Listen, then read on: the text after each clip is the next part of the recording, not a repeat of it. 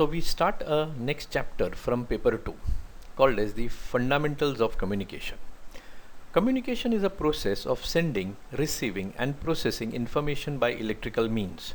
Thus, with the communication we can send the information to a long distance.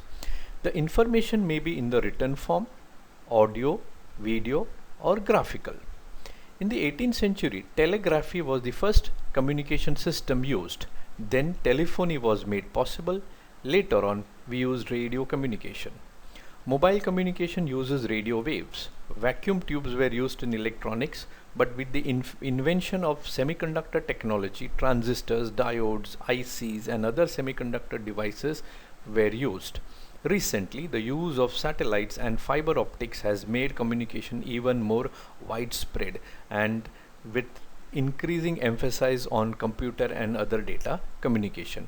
इसका मतलब क्या है? Communication का मतलब है संपर्क, संपर्क में रहना, संपर्क में जुड़ा रहना, इसको हम कम्युनिकेशन बोलेंगे। और कम्युनिकेशन में संपर्क में जुड़ा रहने के लिए हमको चीज़ें भेजना पड़ता है, डेटा भेजना पड़ता है। अब ये डेटा क्या होगा? इन्फॉर्मेशन होगा। ये इन्फॉर्मेशन रिटर्न फॉर्म में हो सकता है, जैसे कि डेटा ऑडियो हो सकता है, वीडियो हो सकता है, ग्राफिकल होगा। आजकल के तारीख में ऑडियो और वीडियो ज़्यादा कम्युनिकेशन में वापरा जाता है। पुराने ज़माने की कम्युनिकेशन में स्मोक सिग्नल्स, तालियां बजाकर कम्युनिकेशन, स्मोक सिग्नल से कम्युनिकेशन होते थे। फिर टेलीफोन एंड टेलीग्राफी का इन्वेंशन हुआ। Telephone was invented in 1876 by Alexander Graham Bell. फिर जैसे जैसे इलेक्ट्रॉनिक्स का एडवांसमेंट हुआ, उसके साथ साथ सेमीकंडक्टर टेक्नोलॉजी भी एडवांस हुआ, जिसके द्वारा डायोड्स, ट्रायोड्स, इंटीग्रेटेड सर्किट्स एक्सेट्रा का निर्माण हुआ। उसके वजह से टेलीफोन्स एंड टेलीफोनी में बहुत सारे बदलाव आ गए। अभी recently satellites and optic fibre communication का ज़्यादा वापर किया जाता है, जिसकी वजह से कम्युनिकेशन और तेज हो गया। So in this chapter we are going to study the basic communication system, the types of communication, the process of modulation and demodulation and its various types, use of detection in receiver, how we get the original transmitted signal back. Fiber optic communication, which is going to be the best system suitable for analog as well as digital modulation. Huge amount of data can be transmitted using these cables. In this chapter we are going to study fiber optic with its advantages and disadvantages.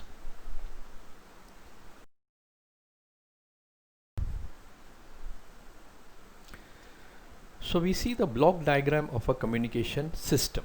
The basic block diagram of a communication system consists of a transmitter, a communication channel, which is also the medium, and the receiver. The input message or information or the data which is to be transmitted is fed into the transmitter. This is sent over the communication channel. The message is received by the receiver and is processed in such a way that it is being used for various applications. The detection process is also done here.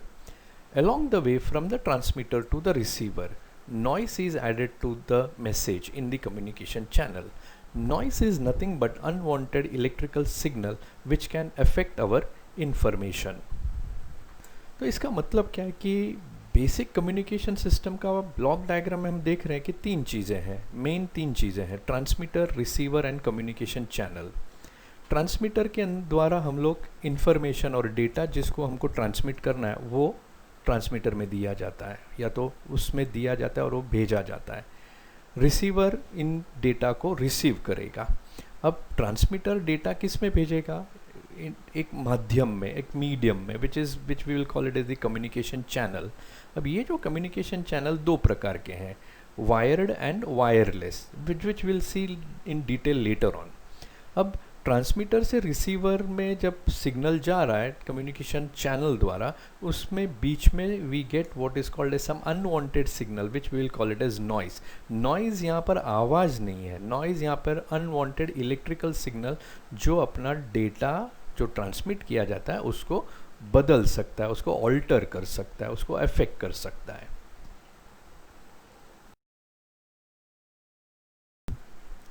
Definition: baseband signal. The information or input signal to a communication system that can be analog like sound, picture, or it can be digital like the computer data. The electrical equivalent of this original information signal is known as the baseband signal. In some systems called as the baseband transmission system, the baseband signals are converted into electrical signals and transmitted directly. Example of these type of system are telephone networks where the sound signal is converted into electrical signal and is placed directly onto the telephone lines for transmission. Another example of baseband transmission is computer data transmission over coaxial cables in the computer networks. Thus, baseband transmission is the transmission of original information signal as it is. तो baseband signal का मतलब क्या है? अपने को transmitter के अंदर information देना है, ट्रांसमीटर डेटा या तो इंफॉर्मेशन को भेजेगा, तो ये इंफॉर्मेशन डिजिटल भी हो सकता है, एनालॉग भी हो सकता है, it can be in the form of sound के रूप में हो सकता है, पिक्चर के रूप में हो सकता है, डेटा के रूप में हो सकता है. ये सब डायरेक्टली जाएगा नहीं, इसको कन्वर्ट किया जाता है. तो इसका जो इलेक्ट्रिकल इक्विवेलेंट कन्वर्जन होने के बाद वो इलेक्ट्रिकल सिग्नल में कन्वर्ट हो जाता है, रूपांतर हो जाता है, उसको हम लोग बेसबैंड सिग्नल बोलेंगे. तो बेसबैंड सिग्नल अलग अलग तरीके से भेजा जाता है. जैसे कि टेलीफोनी में सादा टेलीफोन नेटवर्क में हम बात कर रहे हैं, माइक में बात कर रहे हैं, माइक्रोफोन में बात कर रहे हैं, तो ये माइक्रोफोन में ऑडियो सिग्नल जो है वो इलेक्ट्रिकल सिग्नल में कन्वर्ट हो जाता है एंड टेलीफोन लाइंस द्वारा डायरेक्टली ट्रांसफ़र किया जाता है. कंप्यूटर की डेटा जो है, पुराने ज़माने में computer data was transmitted through coaxial cables डाला जाता था और केबल के द्वारा ये डेटा ट्रांसफ़र होता है. तो ये सब सिग्नल्स को हम लोग बेसबैंड सिग्नल बोलेंगे.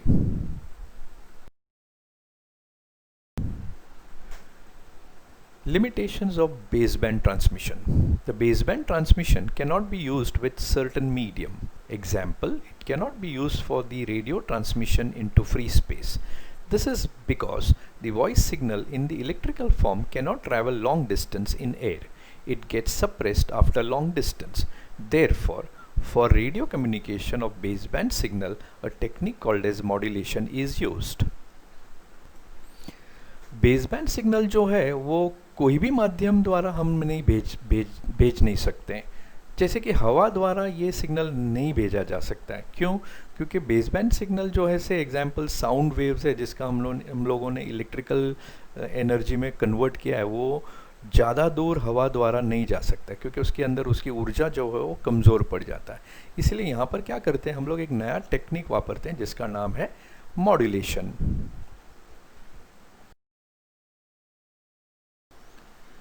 The advantages of analog communication.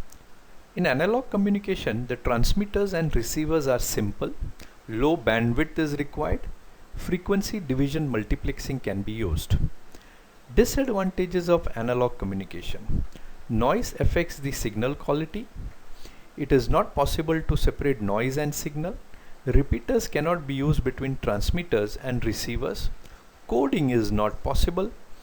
It is not suitable for the transmission of secret information.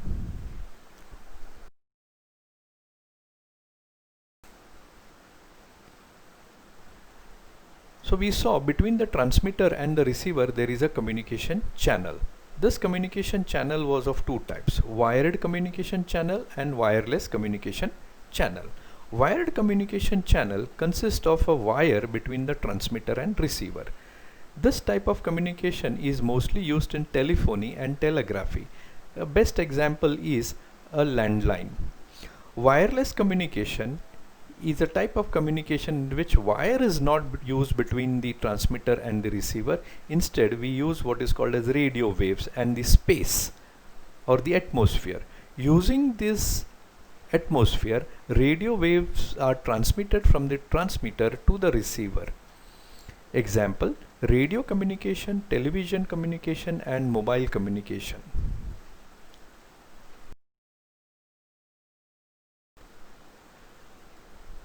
Other types of communication. First one is simplex. In this type, only one station can communicate with the other station at a given time over the line.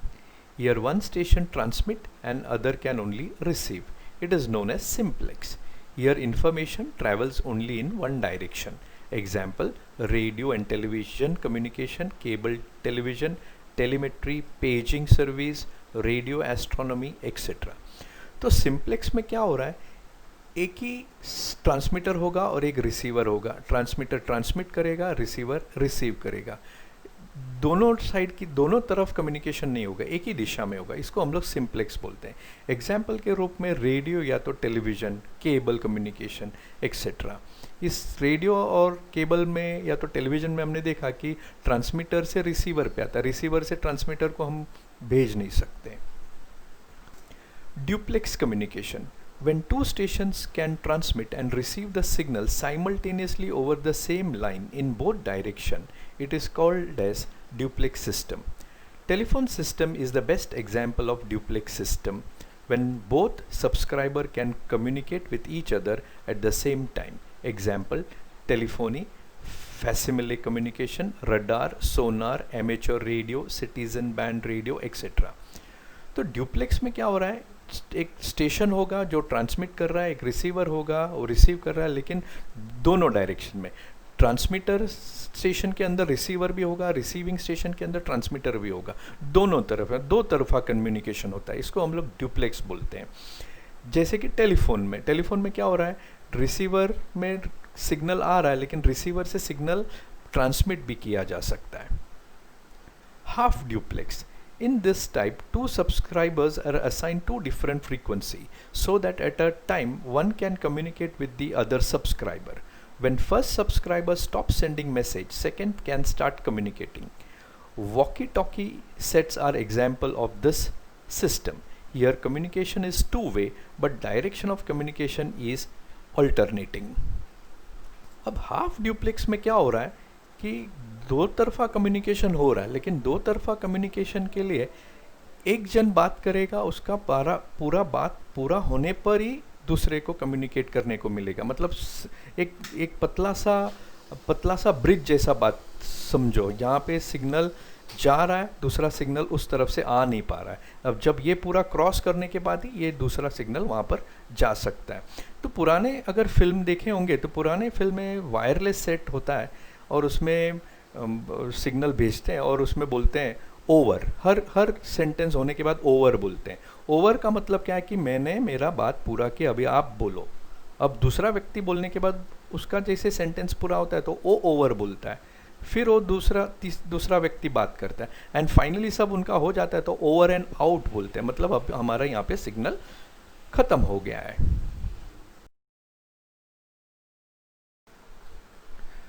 Multiplexing, when all the signals passing through a given channel originate from the same source, it is called as multiplexing of signal. When signal from different sources are combined on a single channel, we call it as multiple access system. Multiplexing का यहाँ पे अर्थ ऐसा होता है कि बहुत सारे signals आते हैं लेकिन उनको ट्रांसमीटर से रिसीवर की तरफ जाने के लिए चैनल एक ही होता है. इसको हम लोग मल्टीप्लेक्सिंग बोलते हैं और या तो फिर मल्टीपल एक्सेस सिस्टम बोलते हैं. तो अगर आप डायग्राम को अगर ऊपर के डायग्राम देखेंगे तो ट्रांसमीटर और रिसीवर मतलब सोर्स एंड डेस्टिनेशन के बीच में एक कम्युनिकेशन चैनल बोला है, लेकिन वो उसका अपना खुद का है. तो ऐसे 3 एग्जाम्पल दिया है. लेकिन नीचे वाले डायग्राम में हम देखेंगे कि 3 अलग अलग सोर्स है, वहाँ पे उसका मल्टीप्लेक्सिंग होता है लेकिन उनका जो चैनल है वो एक ही है. अब चैनल एक ही सिंगल चैनल द्वारा वो 3 अलग अलग डेस्टिनेशन पे चला जाता है. तो यहाँ पे मल्टीप्लेक्सिंग भी हो रहा है या तो दूसरी तरफ डी मल्टीप्लेक्सिंग भी हो रहा है, जो हमने 11th स्टैंडर्ड में सीखा है.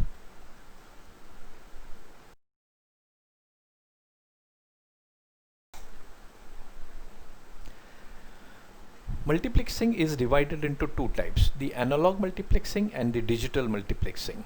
Analog multiplexing is of 2 types, frequency division multiplexing FDM and wavelength division multiplexing WDM. Digital multiplexing is time division multiplexing, that is TDM, which is of 2 types, synchronous and asynchronous time division multiplexing.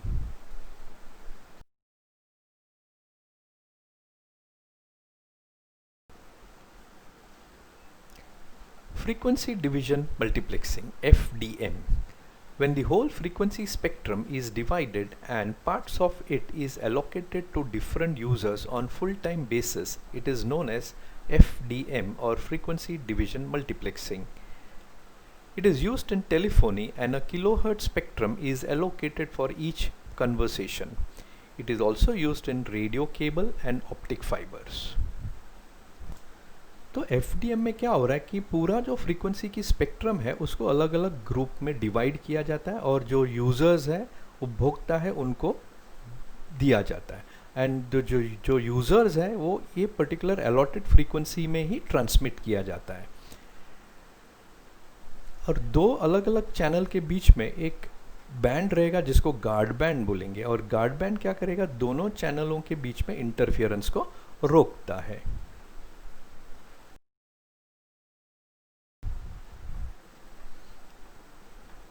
Time division multiplexing or TDM. When the whole available spectrum is allocated to each user for a part of time, it is called as time division multiplexing or time division multiple access, TDMA. It is used in telephony and for digital communication.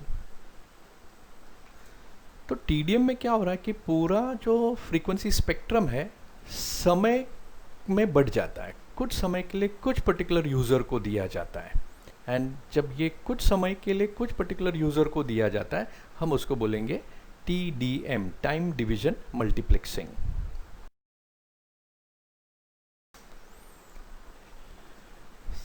Code division multiple access, CDMA. CDMA is used in telephony. In this, each subscriber is given a unique code. It is more flexible type of communication system as any user can use any frequency band at any given slot. तो CDMA generally telephony में वापरा जाता है.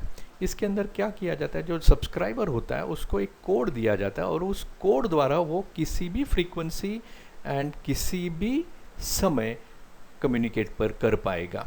उसमें restrictions नहीं कि ये particular frequency या तो ये पर्टिकुलर समय का रेस्ट्रिक्शंस नहीं होगा. कोड द्वारा वो कोई भी फ्रीक्वेंसी का वापर कर सकते हैं, कोई भी समय पर कम्युनिकेट कर पाएगा.